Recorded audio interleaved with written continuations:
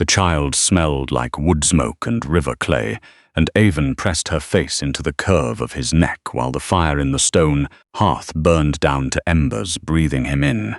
5 years of this. 5 years of hauling water from the creek in the grey dark before he woke. 5 years of mending the same 3 pairs of socks until the wool was more patch than original. 5 years since the Thornwall pack had walked her to the eastern boundary in silence and told her not to come back. She had been 22, 3 months along. The cut they made on her wrist had healed into a pale seam that she could feel when the cold came in, which this far north meant she felt it most of the year. The cottage had belonged to a dead shepherd. She found it with one wall half collapsed and a family of starlings nesting in the chimney. But the foundation was solid and the root cellar was dry, and she had stood in the doorway with her pack cutting into her shoulders and her wrist wrapped in someone else's cloth, and she had thought, this will do. She had no other options, so she made it do. Tam was 5 now. He had been born loud and stayed that way, a child who narrated everything, the color of the clouds, the exact number of steps to the creek, the way a beetle moved across stone, in a steady, running commentary that Aven had come to think of as the sound of her heart working. He slept hard and woke fast, and every morning he went to the window before he did anything else and stood there, looking at the tree line, both hands pressed flat to the glass, like he was reading something written in the bark. The morning it changed started like every other morning, Tam at the window, Aven pulling on the boots she'd resoled twice herself, the stitching lumpy and imperfect, the water bucket waiting by the door. Something's wrong with the quiet, Tam said. Aven tied the second boot and looked at him. He was still facing the window, his breath misting the glass. What kind of wrong?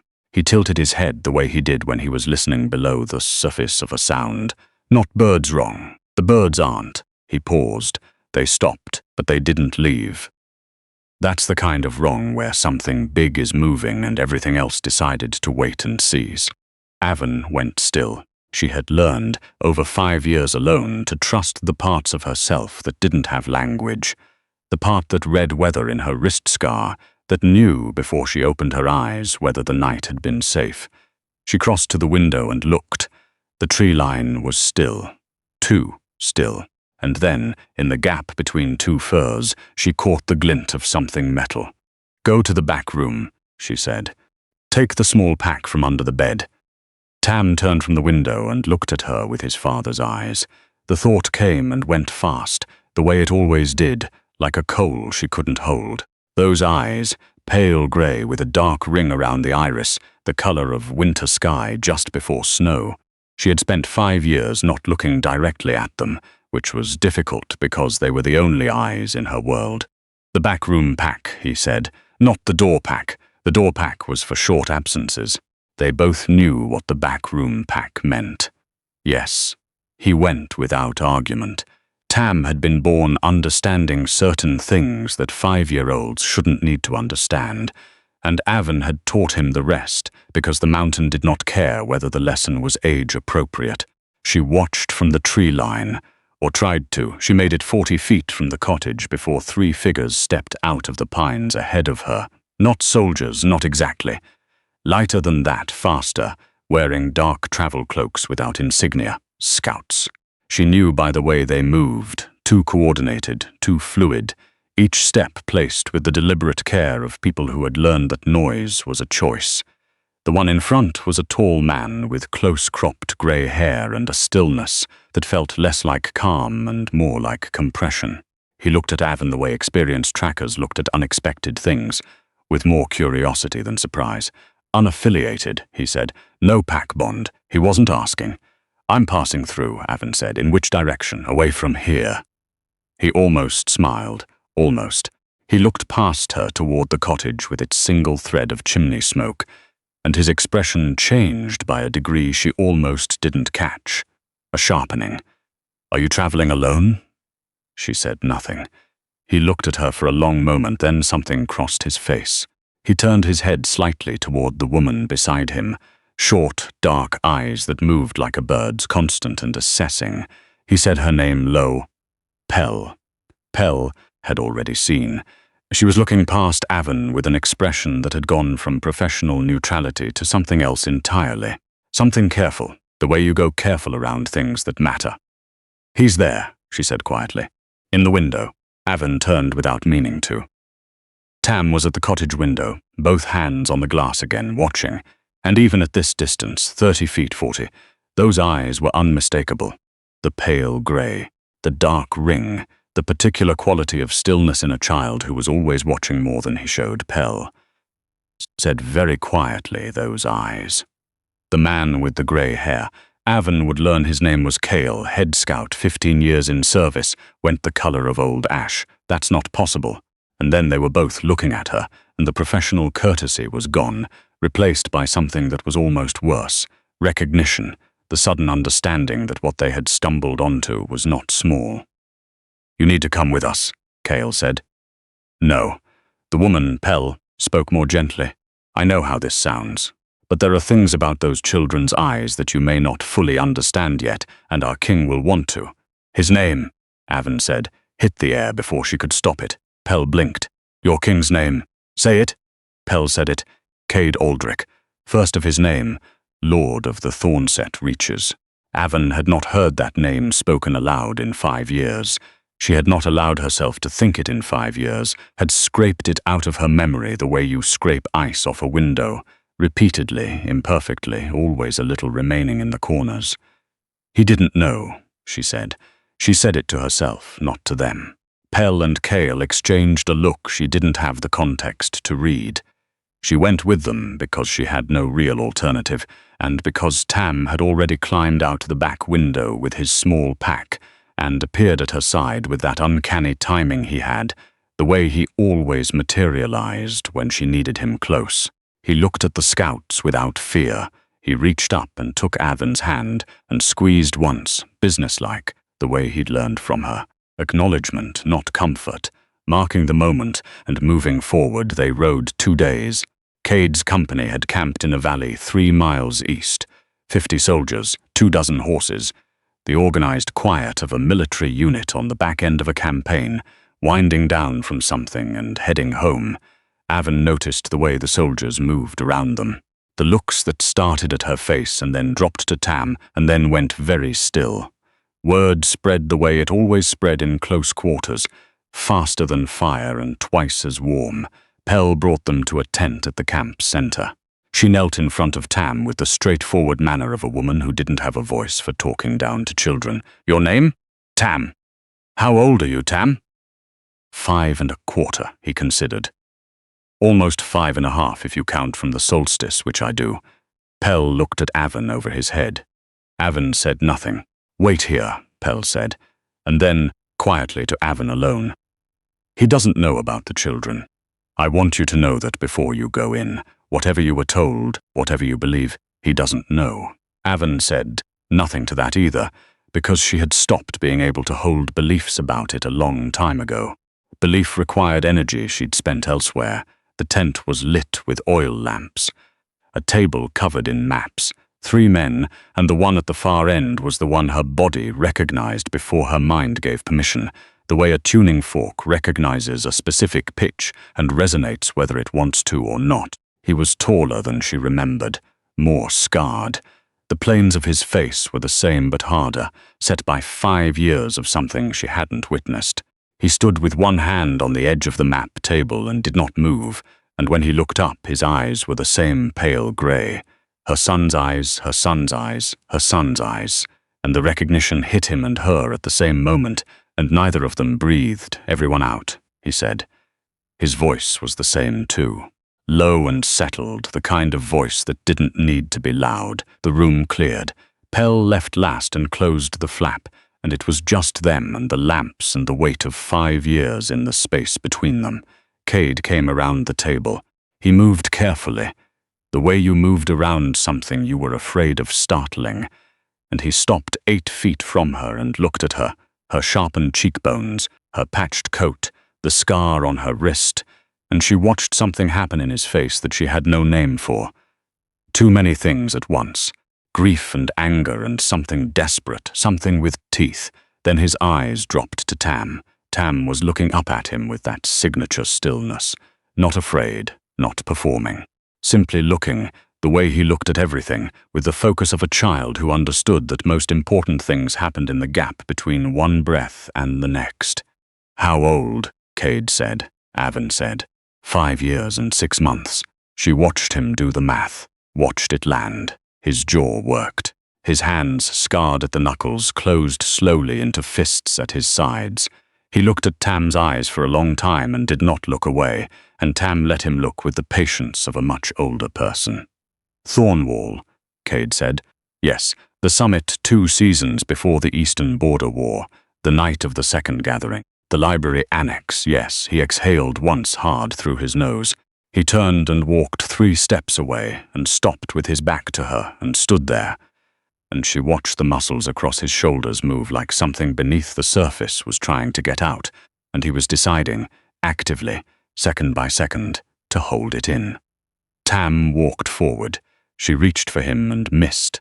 He slipped past her hand with the quickness he'd had since in infancy. Not a child's quickness, not the random speed of small bodies, but something directed, intentional. He walked up to Cade and stood beside him and looked up. "You smell like the fire at home," Tam said. Cade turned around. He looked down at his son.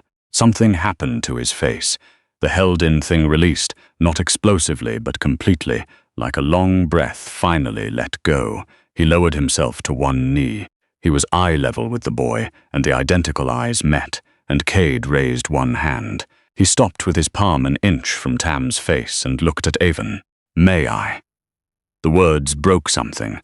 She had built her whole life in the 5 years since Thornwall on the understanding that no one would ever ask her permission for anything again. That permission was a courtesy extended to people who mattered, and she had learned to live below that threshold because it was safer there. 2 words asked quietly, and the architecture came down. She nodded. Cade touched his son's face. Tam leaned in like a cat. They stayed there a moment, the 3 of them, while the lamps burned and the camp moved outside in the ordinary world that didn't know what was happening inside this tent. Aven told him. Not later, not when it was convenient, then, while they were still standing there, because Pell had been right. He needed to hear it from her, and she needed to be the one standing up when she said it. She told him what Thornwall was, from the inside. She'd grown up in the lower wards, a wolf with no lineage worth recording, a pedigree that started and ended with her. She told him how it was to scrub packhouse floors when she was 13, while girls with better bloodlines were being trained in the sparring yard. She told him how the old healer, a woman named Gerst who smelled of pine tar and kept a garden full of things that shouldn't have grown in that climate, had been the only person in 14 years who had treated her like she was worth looking at. She told him Gerst had died in the autumn before the summit, and she had gone to that summit entirely alone. She told him about the library annex. She was careful and specific. She told him she had not understood what she was feeling, that her wolf was so suppressed by years of low-rank conditioning that the mate bond had come to her as a whisper, as heat in the chest she'd attributed it to fear. She told him she had been 22 and had never been touched by anyone in a way that wasn't incidental or punishing. She watched his face while she spoke. She watched a specific kind of understanding move across it, not exculpatory, not defensive, the harder kind, the kind where a person realizes they were not the center of the story they thought they were in, that there was someone else in the room they failed to see clearly. "I came back," he said. His voice was rough. "The next morning I went back to that wing and you were gone. I searched the entire pack house. They told me there was no..." He stopped. He shook his head. "They told me no Omega matching your description had been housed on that ward. They told the truth," Aven said. "By morning I was already gone. They came to my room at first light. 3 of them, the elder, the beta, and one of the ward women. They didn't ask questions. They already knew." She pushed up her sleeve and showed him her wrist. "The pack bond cut here, then the eastern boundary, then the road, and then nothing, and then the shepherd's cottage." The sound Cade made came from deep in his chest, low and enormous and not quite human. The lamps flickered. "Who?" he said. "Elder Voss," she said. "Beta Harwell." The ward woman was called Dre. She held the lamp. I remember the lamp more than anything. It was a yellow lamp, and she held it up while they did it like she wanted to make sure there was enough light to see by. Cade stood. He turned away the same way he'd turned before, both hands pressed against the map table, head down. She watched the effort of containment in every line of his body. Tam put his small hand on Cade's forearm. "It's okay," he said, in the way 5-year-olds say that, meaning, "I can tell you're in pain and I want to acknowledge it," meaning, "I'm here." Cade looked at his hand. He covered it with his own, that enormous scarred hand over the small one. He held it there for a moment. Then he looked at Aven with an expression she could not fully decode, too many competing things, and said, "You are not going back to that cottage." She started to answer. "I know it's yours. I know you built it. But I am asking you, not ordering, not as an alpha, I'm asking you to give me the chance to undo what was done, what I didn't see happening, what I should have seen." Aven looked at him for a long time. Then she said, "Tam needs food that isn't dried rabbit. I need to sleep somewhere. I'm not listening for wolves on the roof." "Start there." He started there.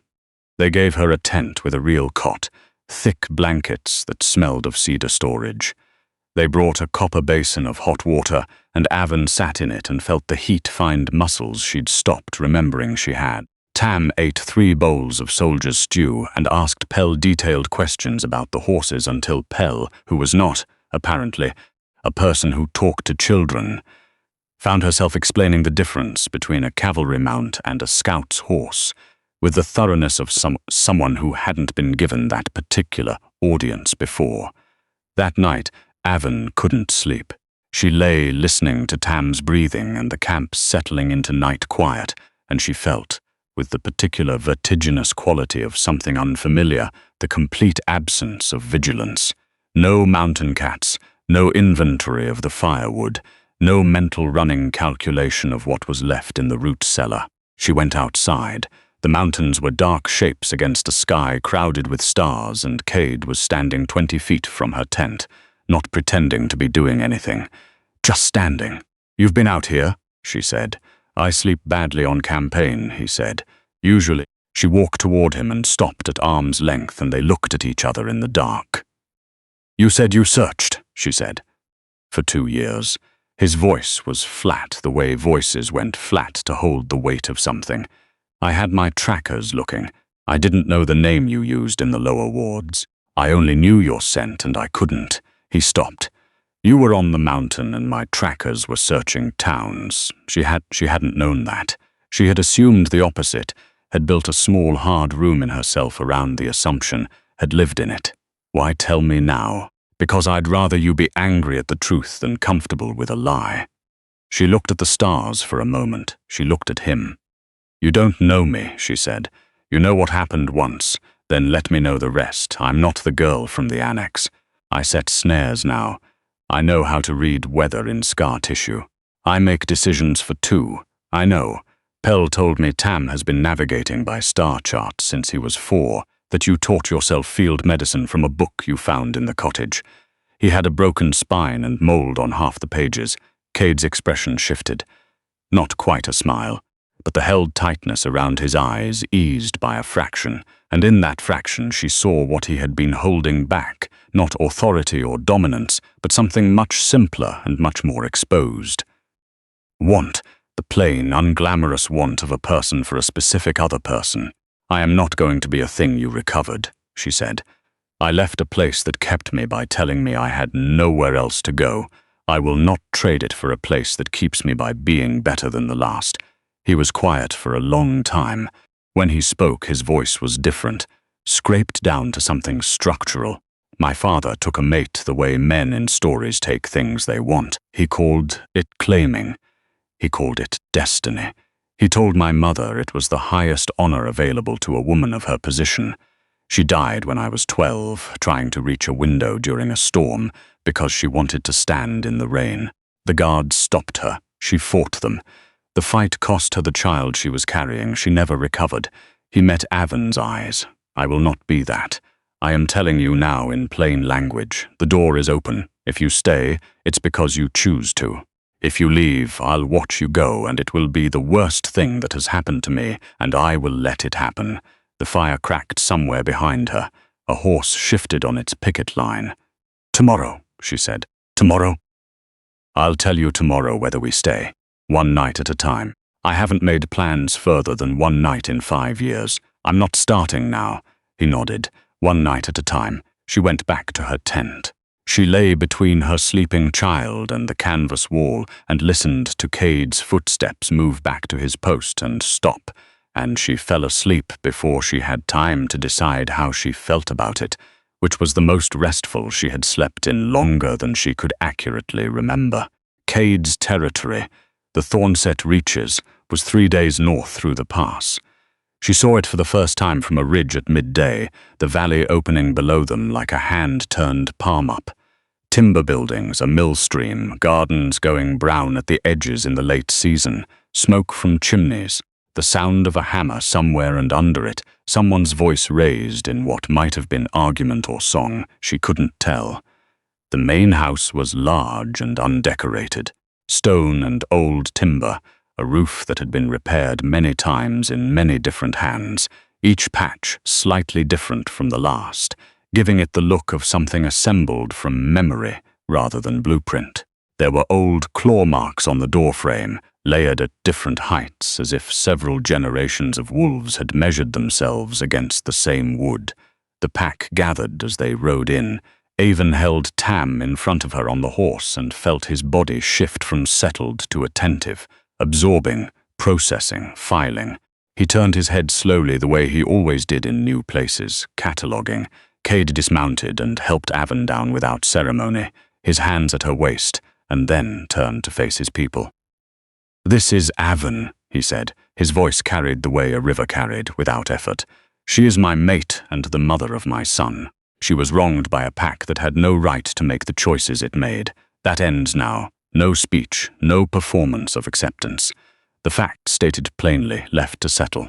A woman separated from the crowd, old, wiry, with white hair cut short and hands that had clearly done serious work for serious decades. She walked directly to Aven, looked at her face, looked at Tam, and said, "He has your jaw and his father's terrible habit of watching instead of asking." She extended one of those weathered hands. "I'm better. I run the house and the kitchens and most things that matter. You look like you've been eating correctly once a week and hoping for the best." Aven took her hand. "Yes," she said. "Good," said Beta. "Honesty first. Come on." The adjustment took time. Aven had lived alone so long that pack rhythms felt like wearing someone else's coat. Not wrong, exactly, but requiring constant small readjustments. She flinched at sudden noise. She kept food on her person. She woke at 3 in the morning listening for sounds the cottage had taught her to hear. Beta started leaving a cloth bundle outside her door each night. Bread, dried fruit, a piece of hard cheese. No note, no explanation. Aven unwrapped the first one in the dark of her room and sat on the floor and ate it standing up, her back to the wall the way she'd eaten on the mountain. And the second night she sat on the bed, and the third night she ate it at the small table by the window, watching the stars through the glass. Tam adapted the way children adapt, fully and without apparent effort. Though she knew he was processing more than he showed, he attached himself to the pack's weapons master, a short, compact woman named Aven who had the patient authority of someone accustomed to teaching people who thought they already knew things. Tam would sit on the fence of the training yard, watching sparring with the focused attention of someone memorizing a language, and Aven started explaining the techniques she was demonstrating as she worked, directing her commentary at the small figure on the fence, who never interrupted and never needed anything said twice. He also found the pack's single astronomer, an elderly man named Rue, who had a standing desk by the east-facing window and made calculations in cramped handwriting that covered every available surface. Tam walked into his workroom on the third day, looked at the walls, and began pointing out errors in 2 of the star charts. Rue was not offended. He was delighted. He started teaching. Cade courted Aven with a patience that was visibly difficult for him. She could see it, the way his hands would move toward her and stop, the careful distance he maintained while somehow always being positioned between her and whatever door was in the room, not blocking, but present, available. The tension of wanting and choosing to wait living in him like a held breath. He talked to her. In the evenings, when Tam was asleep, he would find her wherever she'd settled, the kitchen, the courtyard, the old reading room at the back of the house with its 3 shelves of books, which she had discovered on the second day and not left willingly since. And he would sit not close, and they would talk about the things people talked about when they were deciding whether to trust each other.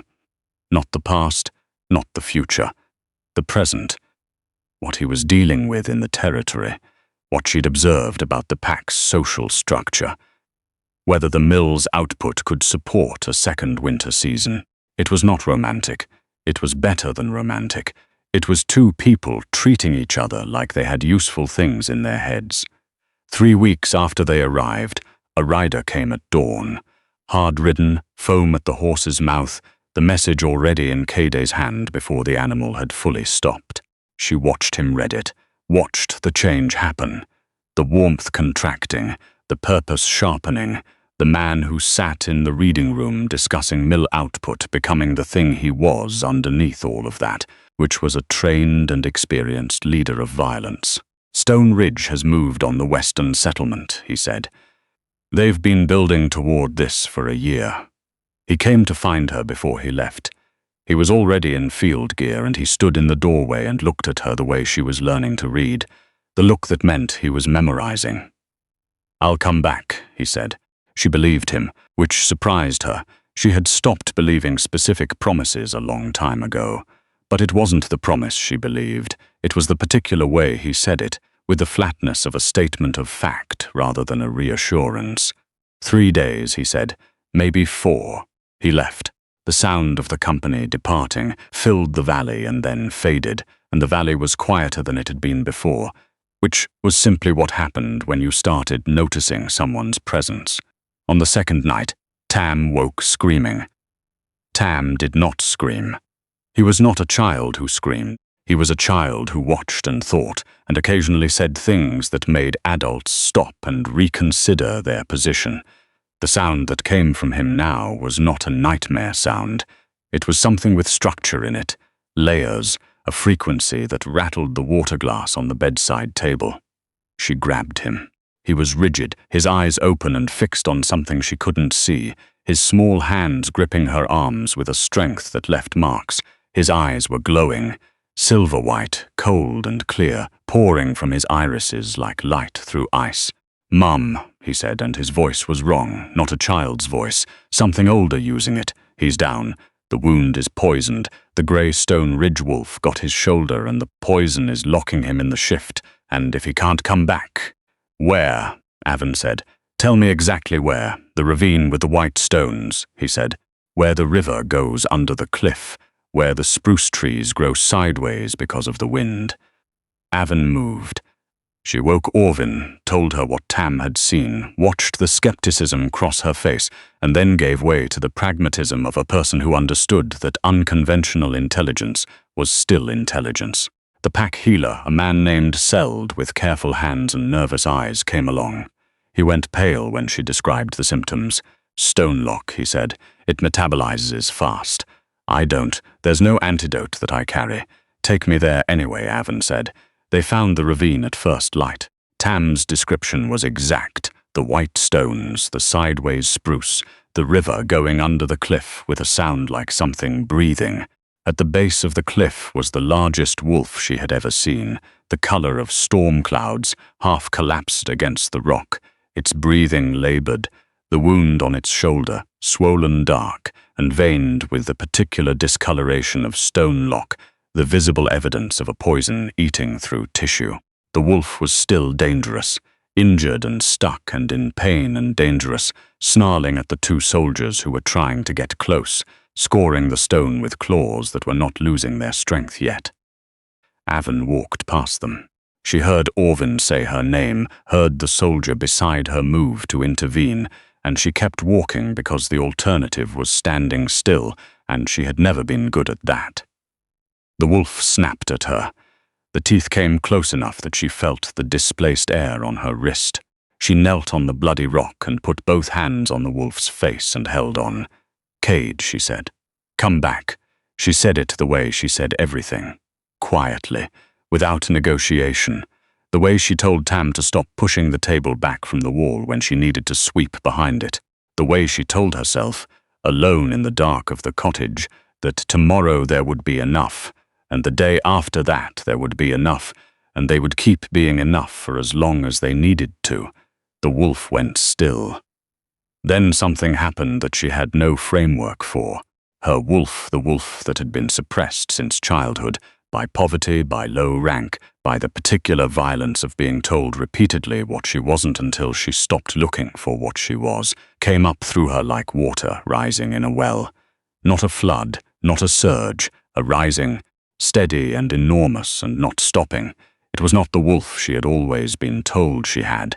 It was not the thin, half-present thing that had registered the mate bond as a whisper and the pack bond loss as manageable. It was vast.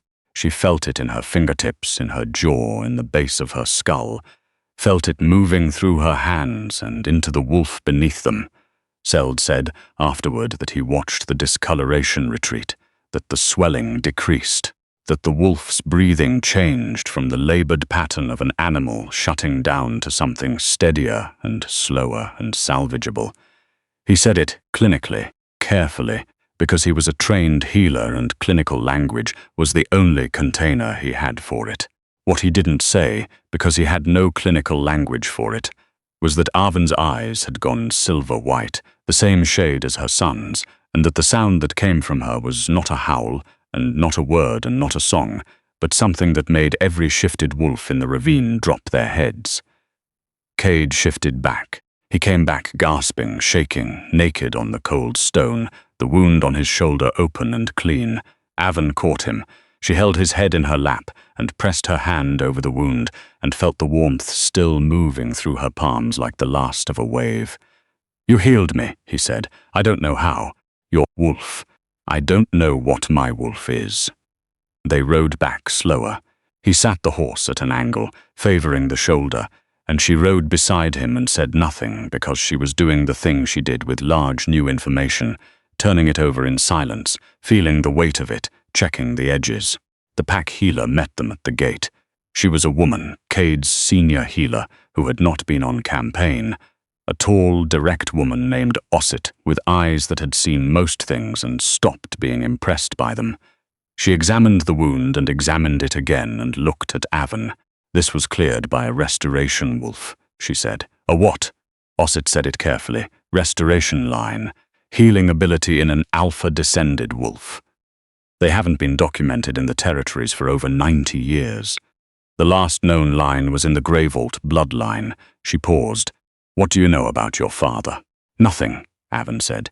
"He was gone before I was born. My mother was human. She called him a wanderer." She said he had strange eyes. Osset looked at her for a long time. "I'd like to do a lineage trace. It requires a small blood ritual. It won't hurt and it won't bind you to anything. But I think you have answers in your blood that you've been living without for 27 years. The ritual took 4 days to read. On the 5th day, Osset came to Aven in the old reading room where she had been working her way through a book about territorial governance that she found oddly useful. "Greyvault," Osset said, "confirmed. Your father was a descendant of their core healing line. He was exiled, apparently. The pack collapsed 15 years after he left. His descendants scattered. Most didn't know what they carried. Aven sat with this the way she sat with all new information, in silence, turning it. "So I'm not lowborn," she said. "I'm not even... I spent 27 years in the bottom ward of a pack because no one knew what I was. Your wolf was suppressed," Osset said carefully. "Long-term trauma conditioning. Low-rank designation. The mate bond and the crisis with Cade triggered the awakening. It was always there. It was just being held underwater." Aven looked at her hands. "And Tam?" Osset hesitated in a way that meant what she was about to say was significant. "Tam carries both bloodlines." The Grey Vault restoration ability and the Thornset Alpha line together. That combination has no recorded precedent. Aven thought about the ravine. She thought about Tam's silver eyes, his star charts, his ability to know things he had no access to know, his voice in the night saying he's down with a certainty that left no room for doubt. What does that mean for him? I don't know yet, Osset said, but I've been doing this for 40 years, and I have never seen anything like what's in that child's blood. Whatever he becomes, it will not be small. I know, Aven said. I've always known. Osset smiled.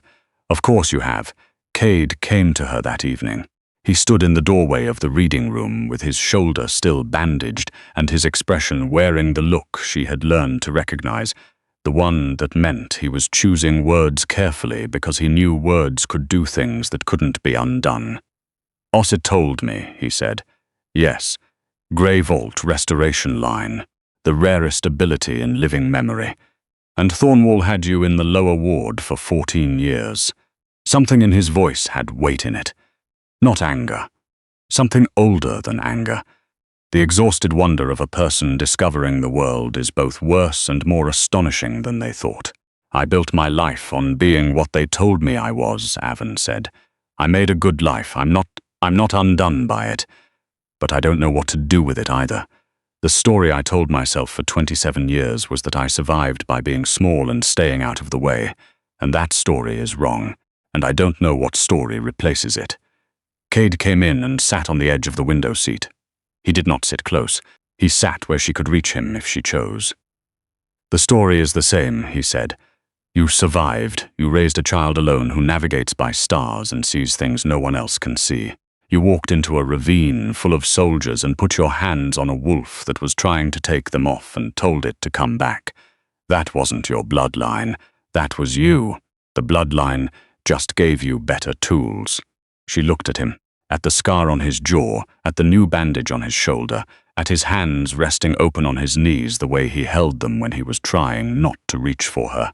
I want to stay, she said. He went still, not because of the bond, not because of what Osset told me or what the ritual found, because Tam laughed yesterday, actually laughed loud and long, when Aven said something about footwork, and I had never heard that sound from him before. Because Beta leaves food at my door and doesn't explain it. Because Rue is teaching my son the names of stars in 4 languages. Because this place smells like river water and old wood, and it doesn't ask me to be smaller than I am. He looked at her with those winter grey eyes. But I need you to hear this, she said. I need you to want the woman who built a life on a mountain, not the memory of a girl in a library hallway. I need you to want the version of me that got here. Aven. His voice broke on the single syllable, broke and held. I have been trying to find a scent I caught for one night for 5 years. But the woman who walked into that ravine, the woman who sat on my floor the night before she agreed to stay and ate bread in the dark because she wasn't sure there would be more, that's the one I want. This one. The one with the burn scar on her left hand and the way she reads a room before she says a word in it. That one. She closed the distance between them and kissed him. It was not the kiss she had imagined on the mountain in the rare moments she had allowed herself to imagine anything. It was careful, tentative, then not. His breath caught, actually caught, and his hand came up to the side of her face, with a gentleness that was almost careful to the point of fragility.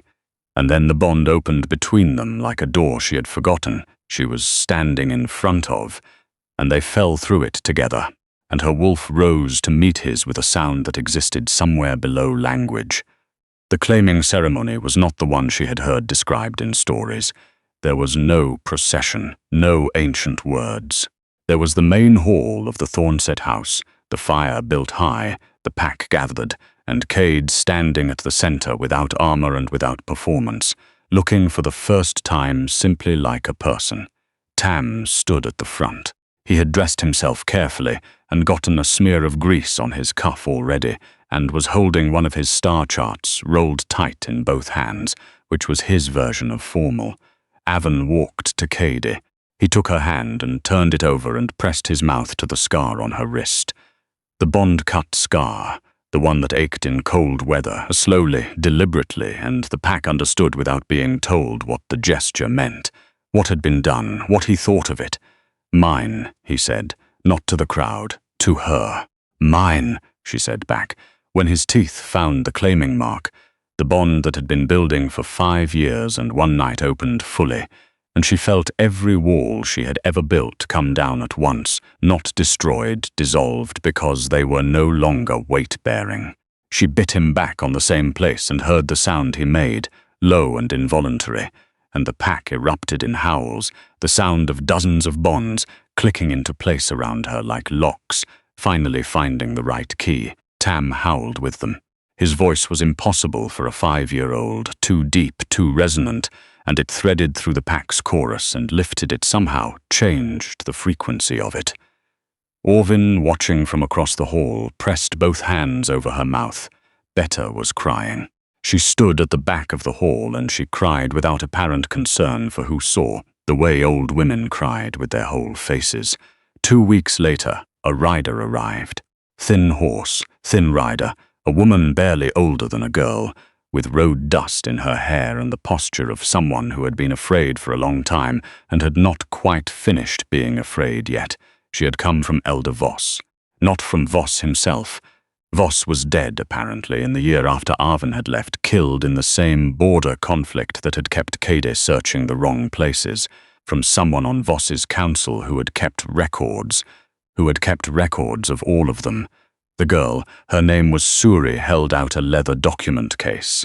Inside were 9 pages, each one a name, a description, a last known location. The others, the ones Thornwall had sent out before Aven and after, quietly, over 3 years, any omega they deemed inconvenient or uncertain or vaguely threatening to the hierarchy's idea of itself.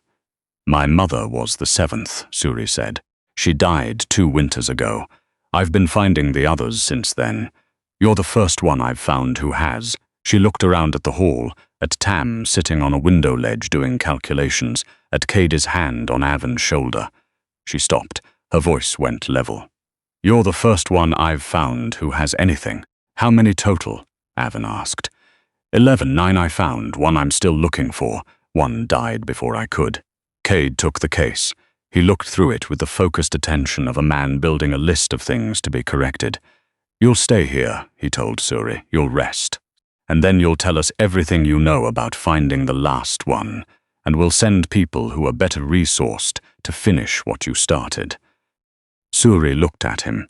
She had the look of someone who had been independent for so long that offers of help registered as potential threats. Aven said quietly, "Beta will leave food outside your door. Don't eat it in the hall the first few nights if you're not ready. She doesn't ask." Something in Suri's face eased. She nodded. Later, Aven stood at the gate in the early dark with the document case under her arm, 9 names in her hands, and she looked at the mountains that had kept her alive for 5 years. They were beautiful. They had also been the only option she had. She was glad they had been there. She did not need them anymore. From the courtyard behind her she could hear Tam's voice, precise and carrying, explaining something to Rue about the position of the Northern Star in 300 years, based on the current rate of axial precession. From the training yard, the clap of wood on wood practice staves and Orvin's voice counting cadence. The mate bond ran through her like a river, finding its level, warm and undemanding, and she felt Cade somewhere inside the house, felt his awareness of her the way you feel the warmth of a fire in a room you're about to walk into. She went inside.